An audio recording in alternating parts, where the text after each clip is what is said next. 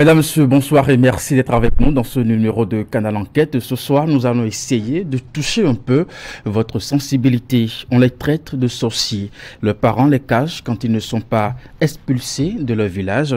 Les nourrissons naissants avec une fonte labiale et ou palatine ou encore bec de lièvre en Afrique sont souvent condamnés à une vie de paria s'ils ne sont pas rapidement opérés. Ce soir, avec vous à la maison, nous allons rentrer dans la vie de ces enfants, mais aussi de leurs parents qui doivent se battre pour supporter le regard de la société sur l'état de leur enfant, mais aussi se battre pour trouver des solutions et restaurer l'identité physique de leur enfant. Cette enquête va nous amener non seulement dans la commune d'Abomey-Calavi, mais aussi dans la ville de Boycon. C'est d'ailleurs de là-bas que nous vient la plus belle des solutions avec un groupe de médecins béninois. L'équipe médicale a réussi à obtenir pour nous l'autorisation des parents afin d'utiliser l'image des enfants dans le cadre de cette enquête. Mais avant, âme sensible, priez s'abstenir. Avec vous ce soir, bec de lièvre, coulisses d'une chirurgie réparatrice, c'est à suivre maintenant.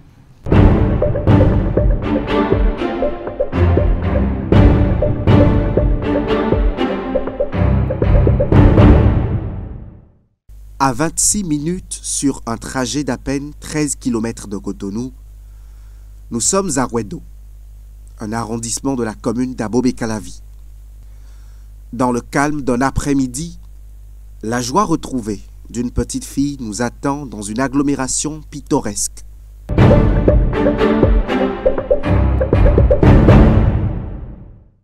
Dans le dernier virage de notre périple, nous voici dans une concession laborieuse.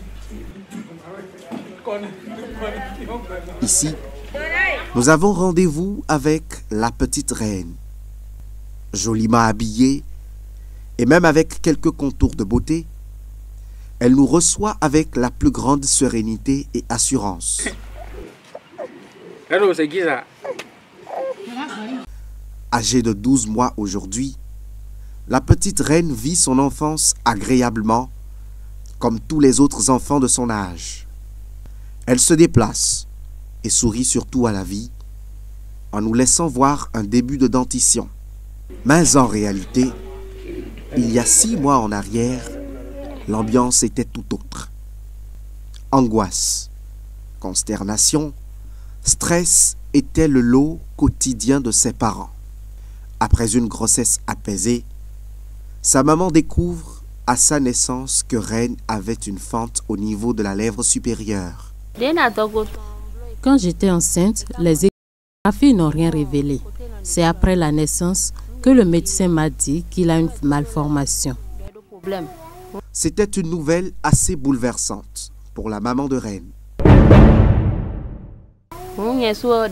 Quand j'ai entendu cela, j'ai pris peur et j'ai demandé de quoi il s'agit. Le médecin m'a calmé et me l'a montré. Lorsque j'ai vu, c'est Dieu qui m'a donné du courage. Et là, démarre un long périple éprouvant qui s'est achevé par une intervention chirurgicale réussie. Elle présente aujourd'hui un visage normal.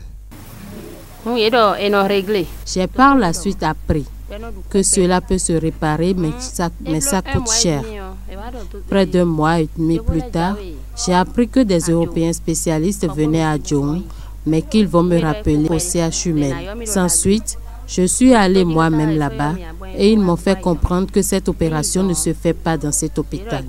C'est là qu'un médecin m'a interpellée et m'a informé que le seul endroit où on pratique cette intervention au Bénin, c'est Boycon. Je suis donc entrée en contact avec le spécialiste de Boycon et l'intervention a pu se faire dès que l'enfant a eu 6 mois et pesait environ 5 kilos. Selon les spécialistes, il s'agit d'une fente palatine, encore appelée sous le nom de bec de lièvre.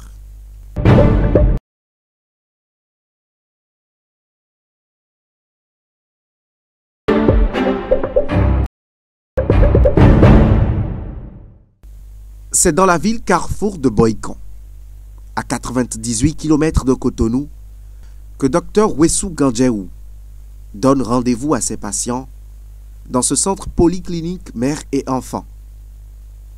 Ce jour-là, 2 interventions sont programmées.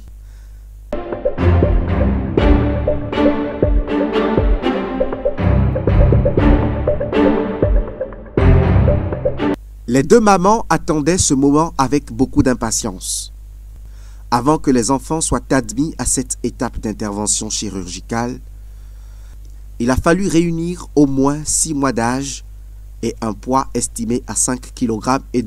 Lorsqu'on est venu ici, le médecin m'a montré les exemples des interventions qu'il a eu à faire. En voyant ça, je me suis un peu calmée. Il m'a demandé de surveiller son poids. Mais au fil des jours, je n'arrivais plus à produire du lait maternel et mon bébé avait également des difficultés à téter. Toutefois, avec les conseils du docteur, on a trouvé des alternatives.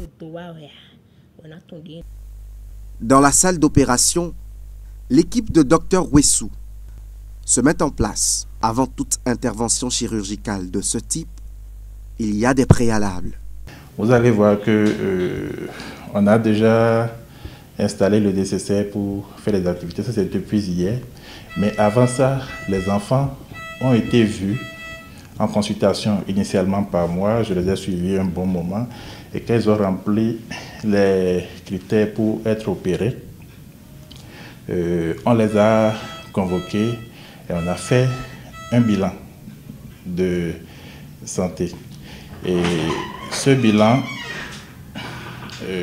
nous permet de voir globalement comment les choses se passent dans l'organisme de l'enfant.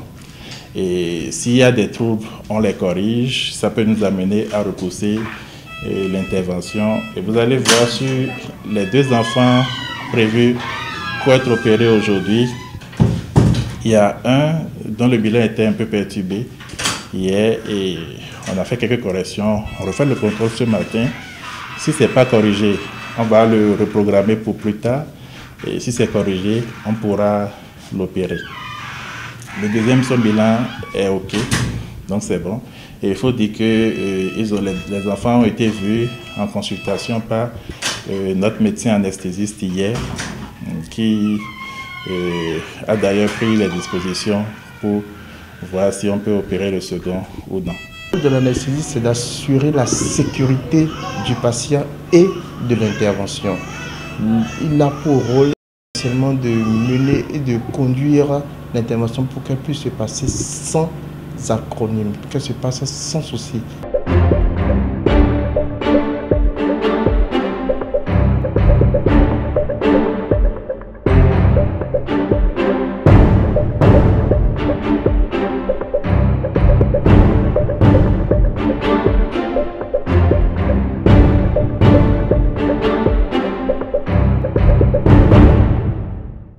Avant de lancer l'opération proprement dite, un dernier point de tout le protocole d'intervention est fait.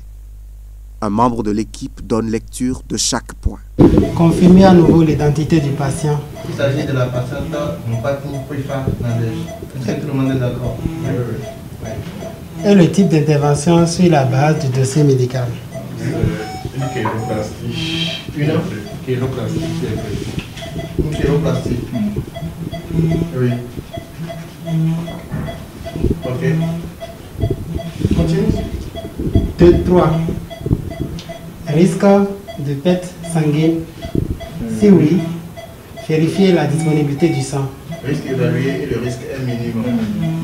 La première intervention a démarré à 11h10 et elle devrait durer environ 2 heures de temps. Là-bas, à l'extérieur, les visages sont l'expression d'un mélange de sentiments. Un peu calme, un peu tendu. Là où je suis, je prie Dieu afin qu'il m'écoute et je pourrai témoigner demain. Je prie Dieu, il va m'exaucer. À l'intérieur de la salle d'opération, l'intervention suit son cours. Dr Wessou et son équipe appliquent méthodiquement une chirurgie réparatrice. Ici, comme je l'ai dit, c'est une fente un peu particulière. Je ne ferai pas les tracés classiques que nous faisons. Encore. Là, la narine, elle est un peu rentrée dedans.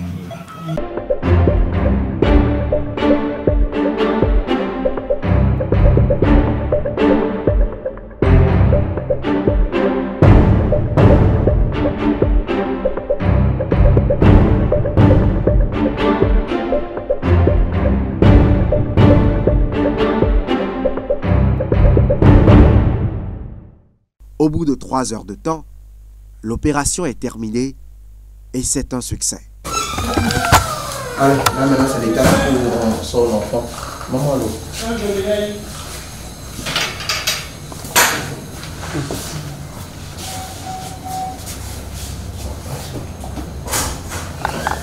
L'enfant est sorti du bloc opératoire. Une grande joie pour sa maman.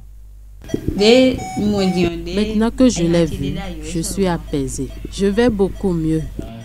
En attendant d'apprêter à nouveau le bloc opératoire pour la seconde intervention, Dr Wessou nous parle un peu des causes de ce défaut de formation au niveau des lèvres qui s'observe chez certains enfants à leur naissance. Il faut dire que la fente labiopalatine, c'est une maladie un peu sous-estimée sous nos cieux. La fente labiopalatine, c'est un défaut de formation au niveau de la face, mais surtout les lèvres. Ça peut intéresser les lèvres, ça peut intéresser le palais également. Et on peut avoir des cas où c'est des deux côtés, où c'est un seul côté, et des cas où c'est juste la lèvre, d'autres où c'est juste le palais et une association. Qu'est-ce qui peut causer une fente?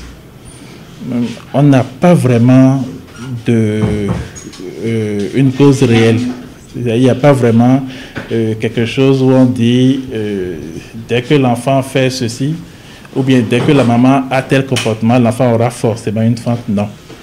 Mais par contre, il y a des éléments des facteurs qui favorisent les souvenirs de fente. Un peu comme la consommation de l'alcool par la maman, le tabagisme, que ce soit passif ou actif. Il y a eu dans un passé récent une mode, la chicha, que les jeunes filles fumaient et tout ça. C'est autant de choses qui peuvent donner des fentes. Et il faut dire que la fente, ça survient dans les 2 premiers mois de gestation. Donc c'est vraiment la période où la femme ne sait même pas encore qu'elle est enceinte. D'accord? Et déjà, parce que le visage se forme très tôt. Et déjà, la fente peut survenir. D'accord? Et il y a un médicament courant que les femmes prennent pendant la grossesse, la foldine. Alors, c'est pas, on ne le donne pas pour la forme. La foldine, donc les folates, quand ça manque dans l'organisme, on peut avoir des fentes. Que pour que ce soit efficace, la prise de foldine doit démarrer au minimum 3 mois avant que la femme ne conçoive. Donc, toute jeune fille en âge de concevoir doit pouvoir de temps en temps prendre de la foldine à titre préventif. Malgré sa complexité, après notre départ de Boycon, Dr Wessou nous a confirmé par téléphone que l'opération fut longue, mais un succès.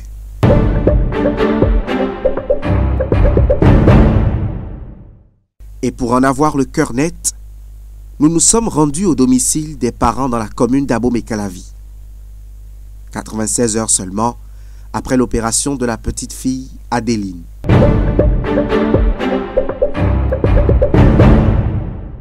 C'est une mère plus ou moins détendue que nous avons rencontrée sur le chemin.